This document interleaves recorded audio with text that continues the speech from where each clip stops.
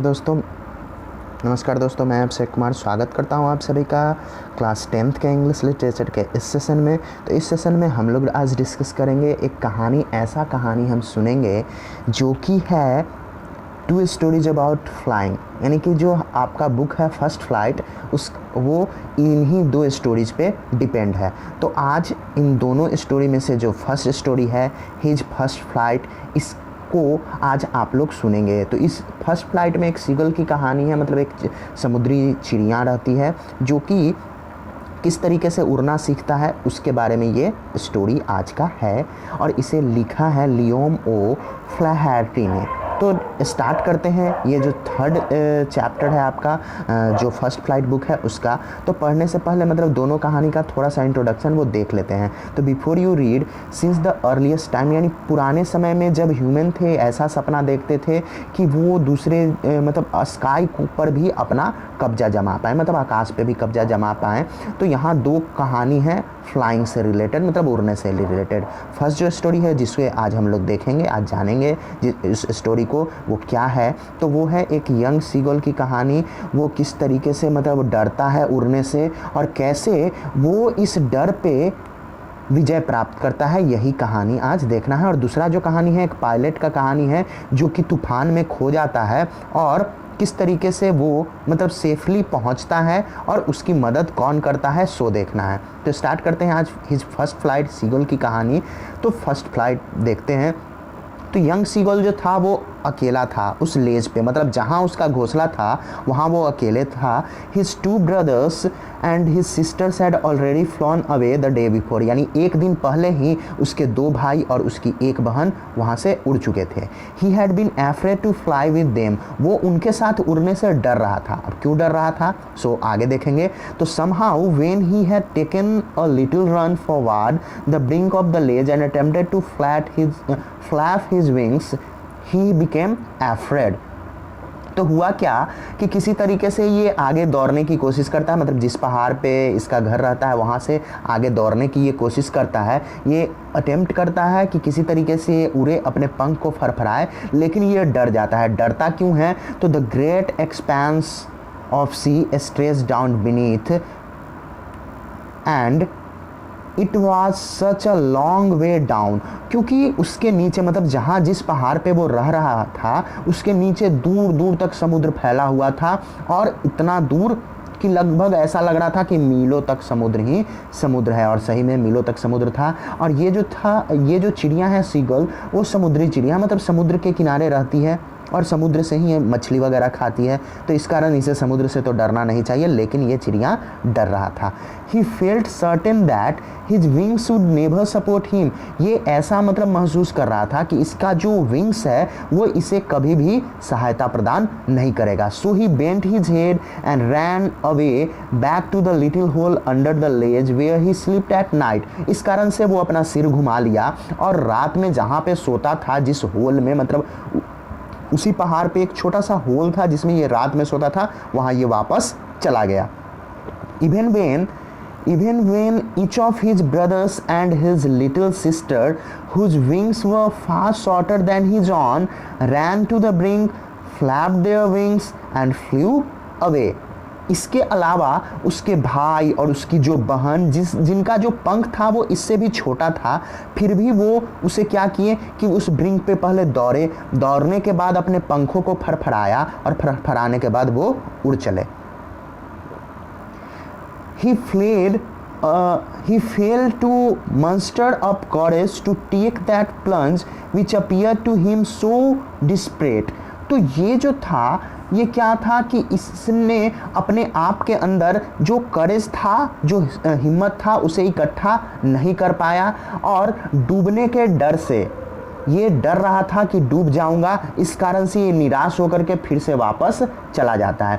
His father and mother had come around, calling to him shrilly, upbraiding him, threatening him to let him starve on his ledge unless he flew away. तो इसके माता पिता आते हैं, इसे बहुत तेज आवाज़ में इसे पुकारते हैं, उसके बाद इसे डांटते हैं, इसे डराते हैं, धमकाते हैं कि यदि तुम नहीं उड़ोगे तो तुम्हें भूखा छोड़ दिया जाएगा।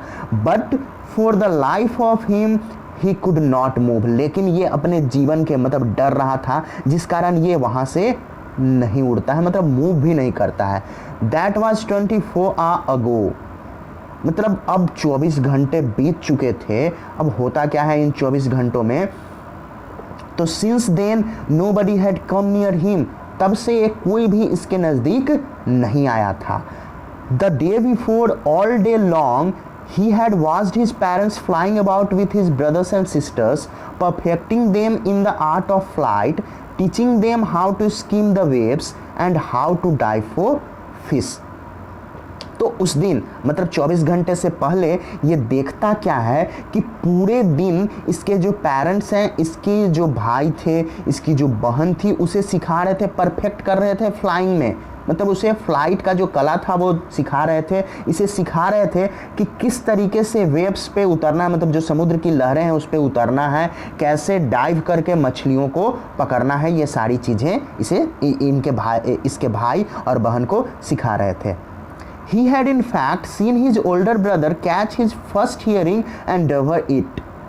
उसके बाद ये देखता है, इसके अलावा वो क्या देखता है कि उसका जो बड़ा भाई है वो क्या किया कि अपना पहला जो सॉफ्ट एक मछली होती है समुद्र में उसे पकड़ता है और उसे पूरा चट कर जाता है। Standing on a rock while his parents circle around raising a proud cackle, तो ये उस मछली को खाता कैसे है जिसका ये शिकार करता है, मतलब इसका भाई, वो उस एक चट्टान पे खड़ा हो जाता है, जबकि इसके जो पेरेंट्स हैं वो उसके चारों तरफ घूमते रहते हैं और उसकी प्रशंसा करते हैं, प्रशंसा में मतलब चिल्लाते रहते हैं। And all the morning the whole family had walked about on the big plateau midway down the opposite cliff, taunting him with his cowardice. तो पूरे सुबह मतलब अगले सुबह क्या करते हैं कि इसके पूरे फैमिली वहाँ से चले जाते हैं एक बड़े से पठार पे, जो नज़दीक में एक बड़ा सा पठार रहता है वहाँ पे चले जाते हैं, मतलब जहाँ ये रहता है उसके अपोजिट में वो पठार रहता है, और इसका मजाक उड़ाते हैं, इसके कायरता को लेकर के, मतलब कॉर्डिस को लेकर के इसका मजाक उड़ाया जाता है, टॉन्टिंग हिम, इसे टॉन्ट करते हैं। The sun was now ascending in the sky, अब जो सूर्य था वो आकाश में ऊपर चढ़ने लगता है। Blazing on his ledge that face the south, और इसका जो लेज था मतलब जहाँ पे इसका घोंसला था वो दक्षिण की तरफ इसका मुख था, जिस कारण पूरा जो धूप था इसके उस क्लिप में, मतलब जहाँ ये रह रहा था वहाँ पे धूप आने लगता है। He felt the heat because he had not eaten since the previous nightfall, और ये उस गर्मी को, सूर्य की गर्मी को महसूस करता है क्योंकि पिछले रात से इसने कुछ नहीं खाया था। He stepped slowly out the brink on the ledge and standing on one leg and the other leg hidden under his wings, he closed one eye then the other. तो ये क्या करता है कि धीरे धीरे उस ब्रिंक पे आगे बढ़ता है ताकि इसके जो पेरेंट्स हैं, इसके भाई बहन हैं जो इसकी ओर देखें। उसके बाद एक पैर पे खड़ा हो जाता है, दूसरे पैर को अपने पंख के अंदर छिपा लेता है और अपनी पहले तो एक आंख बंद करता है, उसके बाद दोनों आंख ये बंद कर लेता है। अब आगे क्या होता है, तो and pretended to be falling asleep, और ऐसा सो करता है जैसे कि ये सो रहा हो, इसे नींद आ रहा हो भूख के कारण। Still they took no notice of him, इसके अलावा भी वो लोग, इसके पेरेंट्स, इसके भाई जो हैं वो इसकी ओर ध्यान नहीं देते हैं। He saw his two brothers and his sisters lying on the plateau dozing with his heads sunk into their necks. ये देखता है कि इसके दो भाई और जो बहन जो पहले ही उड़ चुके थे वो उस पठार पे बैठ करके वो ऊँघ रहे हैं और अपने सिर को अपने गर्दन के पीछे ऐसे छिपा लिए, जैसे चिड़िया को आपने देखा होगा सोते हुए, तो उस तरीके से ये छिपा लिए थे इसके जो भाई बहन थे। His father was preening the feather on his white back, और इसके पिता क्या कर रहे थे कि जो उनका सफ़ेद पीठ था उसका जो फीदर जो पंख था उसे वो सजा रहे थे, मतलब अपने चोंच से उसे सवार रहे थे। Only his mother was looking at him, केवल इनकी जो माँ थी इसकी यंग सीगल की, वही इसकी ओर देख रही थी। He was standing on the little high hump on the plateau, her white breast thrust forward, वो उस पठार पर ही थोड़े ऊंचे पर बैठ करके और देख रही थी और उनका जो सीना था वो आगे की ओर था। Now and again She tore up at a piece of fish that lay at her fish and then scraped each side of her beak on the rock. उसके बाद वो करती क्या है कि उनके पैर के पास पड़ा हुआ एक मछली का टुकड़ा रहता है, उसे उठाती हैं, उसको तोड़ करती मतलब उसे फाड़ती हैं और उसके बाद अपने चोंच को ये उस चट्टान पर रगड़ कर तेज करना शुरू कर देती हैं. The site of food मैडेंड him, और जो भोजन का दृश्य देखकर ये बिल्कुल पगला जाता है, पागल जैसा हो जाता है. How he had love to tear food that way, scraping his beak now and again to whet it. तो किस तरीके से ये भोजन को देखकर पागल हो जाता है, क्योंकि उसी तरीके से ये भी भोजन को टीयर करता था, बहुत पसंद करता था भोजन को टीयर करना, और अपने चोंच को ये स्क्रैप करने लगता है, मतलब रगड़ने लगता है ताकि वो तेज हो जाए. उसके बाद ये आवाज़ निकालता है, क्या? तो गा गा गा. He cried begging her to bring him some food. ये गा गा गा का आवाज़ निकालता है ताकि इसकी माँ इसके लिए वो भोजन लेकर के आए. उसके बाद इसकी माँ क्या जवाब देती हैं, गा कोल आ. सी स्क्रीम्ड बैक डाइवर्सली, मतलब इसे स्टूपिड कहते हुए गा कोल आ की आवाज़ निकालती हैं, बोलती हैं कि तुम मूर्ख हो. But he kept calling plaintively and after a minute or so he uttered a joyful scream. लेकिन ये क्या करता है कि उन्हें बुलाते रहता है, चिल्लाते रहता है, और थोड़ी देर बाद मतलब एक मिनट बाद ही ये खुशी से चिल्लाना शुरू कर देता है. अब ये खुश क्यों होता है? शायद इसकी माँ इसके लिए भोजन ला रही हो, इस कारण ये खुश हो गया हो. तो देखते हैं. तो his mother had picked up a piece of fish and was flying across him with it. हाँ, तो सही में इसकी माँ ने क्या किया था कि एक मछली का टुकड़ा अपनी चोंच में पकड़ करके इसकी ओर वो उड़ते हुए आ रही थी. ही लीन्ड आउट. अब ये उस आगे की ओर ऐसे झुक जाता है ताकि जल्दी से इसे वो मछली का टुकड़ा मिल जाए, क्योंकि ये क्या था, पिछले 24 घंटे से भूखा था. ईगरली tapping the rock with his feet, और बिल्कुल उत्सुकता से उस पहाड़ मतलब जो पत्थर था उस पर अपना पैर थपथपाने लगता है, टैप करना शुरू कर देता है. Trying to get nearer to her as she flew across, और जैसे जैसे वो नज़दीक आ रही थी ये भी कोशिश कर रहा था कि अपनी माँ के नज़दीक पहुँचे और जल्दी से जो मछली का टुकड़ा है उसे ये खाए. But when she was just opposite to him, she halted, her wings motionless, the piece of fish in her beak almost within reach of his beak. लेकिन जैसे ही ये इसके just opposite मतलब नज़दीक रहती हैं इसकी माँ, वो रुक जाती है. उनका जो पंख था वो बिल्कुल मोशनलेस, मतलब बिल्कुल उसमें कोई मोशन नहीं होता है, और जो मछली का टुकड़ा उनके चोंच में था वो इसके चोंच तक पहुँचने ही वाला होता है. He waited a moment in surprise, wondering why she didn't come nearer, and then, maddened by hunger, he dived at the fish. वह उनका इंतजार करता है थोड़े क्षण तक, कुछ क्षण तक. उसके बाद ये आश्चर्य करता है कि क्यों वो इसके नज़दीक नहीं आ रही है, और तभी ये भूख से पागल होकर के मछली पर टूट पड़ता है, डाइव कर जाता है. With a loud scream he fail outward and downwards into space, और बहुत तेज चिल्लाने की आवाज़ आती है और ये ऊपर नीचे आकाश में मतलब स्पेस में गिरने लगता है, क्योंकि अब वो उस जो रॉक पे मतलब जहाँ था वहाँ से ये नीचे गिर रहा होता है. Then a monstrous terror seized him and his heart stood still. अब एक बहुत बड़ा डर इसके अंदर जन्म ले लेता है और ऐसा लगता है इसे कि जैसा इसका हार्ट है, जो हृदय है, वो बिल्कुल शांत हो गया हो, रुक गया हो. He could hear nothing but it only lasted a minute. ये कुछ भी सुन नहीं पाता है, लेकिन ये केवल 1 मिनट तक ही रहता है, मतलब 1 मिनट तक ही ऐसा लगता है जैसे ये कुछ सुन नहीं पा रहा हो. The next moment he felt his wings spread outwards, और अगले ही क्षण इसे ऐसा लगता है कि जैसे इसका पंख जो है वो बाहर की ओर फैल गया हो. The wind rushed against his breast feather, then under his stomach and against his wings, और जो हवा था वो बिल्कुल इसके पेट की ओर भरते जाता है, मतलब ऐसा लगता है कि इसे धक्का दे रहा है, इसके पंख में भी भर जाता है. He could feel the tips of his wings cutting through the air, और इसका जो पंख का जो कटिंग था वो एयर के साथ जब टकराता है तो वो उसे महसूस कर रहा होता है. He was not falling head long now. अब ये आगे की ओर गिर रहा, मतलब पहले तो इसे ऐसा लगता है कि गिर रहा था, लेकिन अब ये गिरता नहीं है।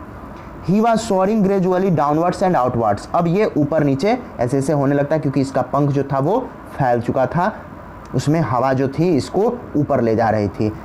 He was no longer afraid, अब ये डरा हुआ नहीं था। He just felt a bit dizzy, बस ये क्या थोड़ा अनकंफर्टेबल महसूस कर रहा था, क्योंकि ये इसे बैलेंस अभी नहीं हो पा रहा था, मतलब नया नया उड़ना सीखा था, तो ये इस कारण ये बैलेंस नहीं हो पा रहा था। Then he flapped his wings once and he soared upward, उसके बाद एक बार जब ये पंख फरफराता है तो धीरे धीरे ये ऊपर जाने लगता है, पंख फरफराते फरफराते। उसके बाद गा गा गा गा गा गा गॉ कॉल आ। His mother swapped past him, उसकी माँ इसके पीछे रहती है और इस तरीके का आवाज़ निकालती हैं। हर wings making the loud noise, और उनका पंख जो था वो बहुत तेज आवाज़ निकाल रहा था। He answered her with another scream, और दूसरी बार ये चिल्ला करके फिर से उनका जवाब देता है। Then his father flew over him screaming, उसके बाद चिल्लाते हुए इसके पिता भी इसके पीछे आ जाते हैं। He saw his two brothers and his sisters flying around him curveting and banking and soaring and diving. तो उसके बाद ये देखता है कि किस तरीके से इसके दो भाई और एक बहन जो थी वो इसके चारों तरफ उड़ते हैं, और ये करते क्या है कि जैसे घोड़ों के जैसा इस कावेटिंग करते हैं। उसके बाद ये एक विंग को ऊपर करके दूसरे विंग को ऐसे नीचे करके उड़ते हैं। उसके बाद डाइव करते हैं, मतलब समुद्र में गोते लगाते हैं। Then he completely forget that he had not always been able to fly and commended himself to dive and soar and curve shrinking shrilly। उसके बाद ये पूरी तरीके से भूल चुका था कि कभी मुझे उड़ना नहीं आता था, और ये खुद से ही कमेंट करता है कि मैं भी अब गोते लगाऊंगा, मैं भी अब क्या करूंगा कि घोड़े के जैसा लीप करूंगा, और एक पंख को ऊपर एक पंख को नीचे कर कर अब मैं भी उड़ूंगा। He was near the sea now, flying straight over it, facing straight out over the ocean। अब ये समुद्र के नज़दीक था, उसके ऊपर मतलब उस ओशियन के फेस के ऊपर से उड़ रहा था। He saw a vast green sea beneath him with little reeds moving over it, and he turned his beak sideways and cawed amusedly। उसके बाद ये करता क्या है कि खुश होकर के उस समुद्र के बड़े से समुद्र के ऊपर उड़ते रहता है। इसका जो छोटा मतलब रीछ था उसे वो मूव करता है इधर उधर, अपने चोंच को साइड में ऐसे से मूव कराता है और खुशी से ये उड़ते रहता है। His parents and his brothers and sisters had landed on this green flooring ahead of him. अब उसके बाद इसके पेरेंट्स, इसके ब्रदर्स और इसके सिस्टर जो थी वो इसके आगे जो ग्रीन फ्लोरिंग था, मतलब जो हरा समुद्र था, उसके ऊपर वो लोग लैंड कर जाता, मतलब उसके समुद्र के ऊपर वो उतरते हैं। They were beckoning to him, वो उसे बुलाते हैं, कॉलिंग श्रीली, तेजी से उसे भी बुलाते हैं कि तुम भी और समुद्र पे उतरो। He dropped his leg to stand on the green sea। अब ये भी उसे भी लगता है कि शायद मैं उस पे उतर पाऊंगा, इस कारण से ये अपना एक पैर एक लेग को करता क्या है कि वहाँ उतारता है।